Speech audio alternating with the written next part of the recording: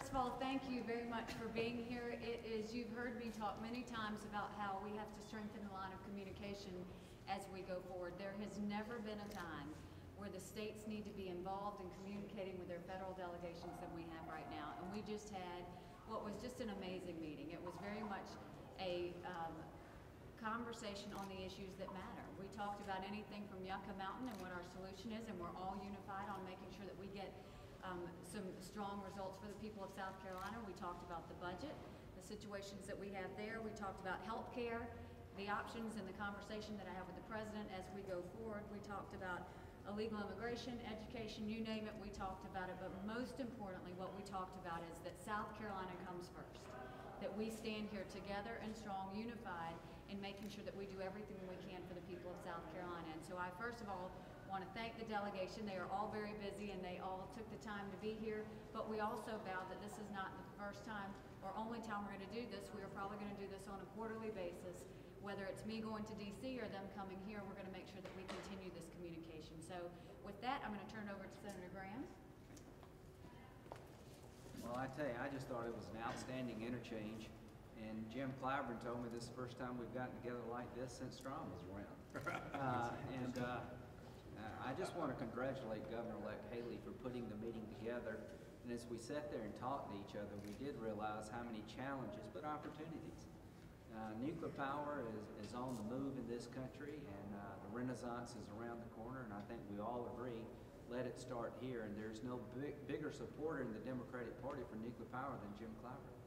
And every member of the delegation, Jeff is sort of in the heart of this at Savannah Riverside, that we see an opportunity here in South Carolina to really help the nation become more energy independent and create a renaissance of nuclear power. We talked about the port. Everybody is on board for the idea. It is a must-do. We have different ways of getting there. There are a lot of good ideas from our newly elected freshmen in the House about how we could get the port funded. Jim DeMint, my partner, has got a kind of comprehensive reform of the Corps of Engineers that I support. So really, I came out of the meeting energized. I'm ready to go back to work. I want to thank the governor-elect for putting the meeting on, and we all had a good exchange, and we realized we have so much in common. There are a lot of political differences in the country and in the state, but I think our commitment to the governor-elect and the people of South Carolina is to do exactly what this meeting was billed to do, put South Carolina first. So I really enjoyed it, and I want to compliment the governor-elect. Thank you. Well, the governor-elect got us started on the right foot today, and our focus is really making South Carolina the best place in the country to do business, the best place in the world, whether it's our port or our energy, our infrastructure. It's one thing we can do as a delegation that's not partisan, is work with companies that are looking at this state. It's something a lot of us do already, and I think the governor-elect has set a nice tone here of how we can work together to demonstrate that any company that looks at South Carolina is going to be glad that they moved here. Let me add my voice to the thank yous to the governor-elect for bringing us together here today.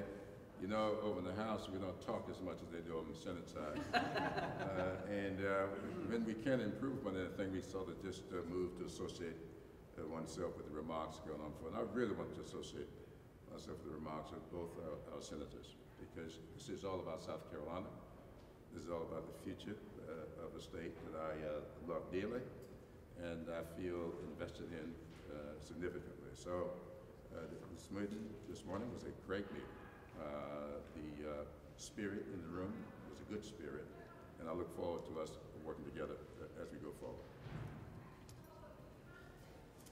Well, having a team background, a sports background, I want to commend Governor-elect Haley for bringing the South Carolina team together.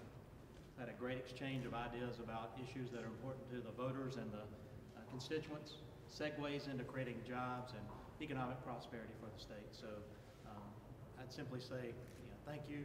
Look forward to great things to come. Ladies and gentlemen, this really is remarkable for the governor-elect to take the lead to invite the delegation to meet with her on a quarterly basis.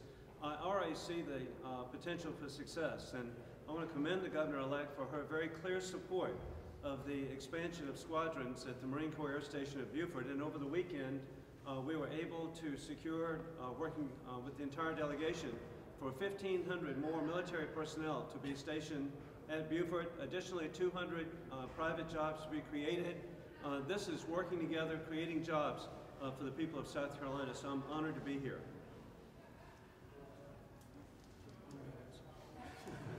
So with that, if you have any individual questions or any other questions, we will open it up to you. I'd like to follow up on what Senator Graham said a little bit earlier in reference to Majority Whip Clyburn's remarks. How many times has a governor had a conversation like this with the delegation? Is it something that's been lacking in the past? Is it something that you look forward to in the future? Well, I know Mark would call us individually, and we had some conference calls, but I've never been involved in a meeting like this where all of us were in the same room, the governor-elect putting out her priorities, what she would like to see happen here in South Carolina, and how we could be good teammates in Washington.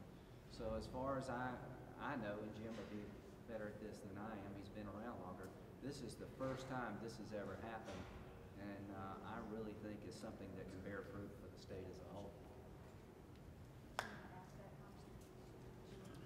Yeah, well, I was joking. The last time the delegation got together, I don't think the governor was in the room.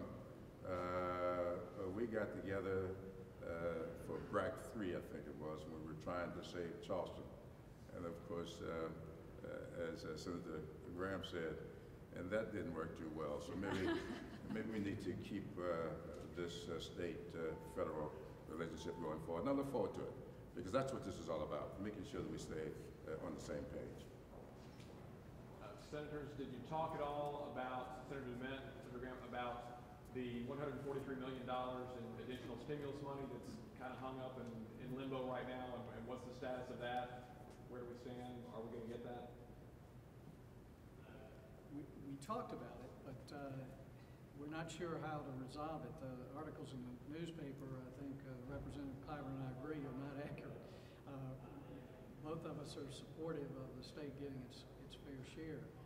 But apparently the way the law was written, South Carolina has to meet certain criteria that we didn't.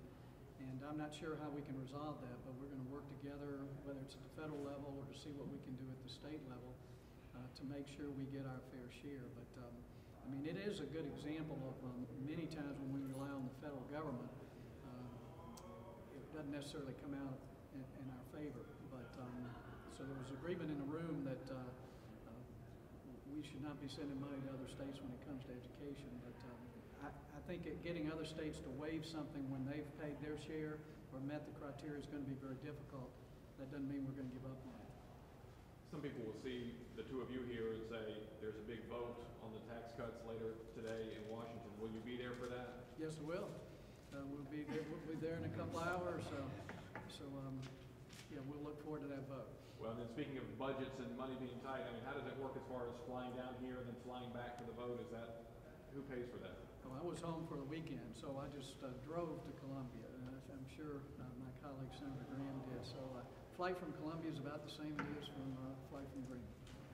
What about the position on the money for the Port of Charleston?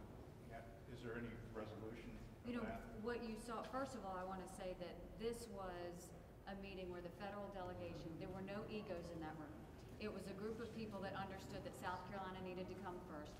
And it was very much one of great spirit, great energy, and how are we going to get things done. So when the ports came up, it was not, we can't do this, it was how are we going to get this done. They are unified in the fact that they understand the ports are vital to economic development. They were unified in the fact that Yucca Mountain is an issue and that we need to work hard on that. They're unified in the fact that we need to try and find the best options for health care. They were unified in the fact that we all need to work together to make sure that everyone in South Carolina understands the strength of this federal delegation behind me and the willingness as their governor to try and do everything I can to support them. Thank you very much. I don't want to hold this up because they've got to get going, but I will tell you, this is the start of what is going to be a great day in South Carolina, and that I want you to feel good that your federal and your state elected officials are working hard for the people of South Carolina.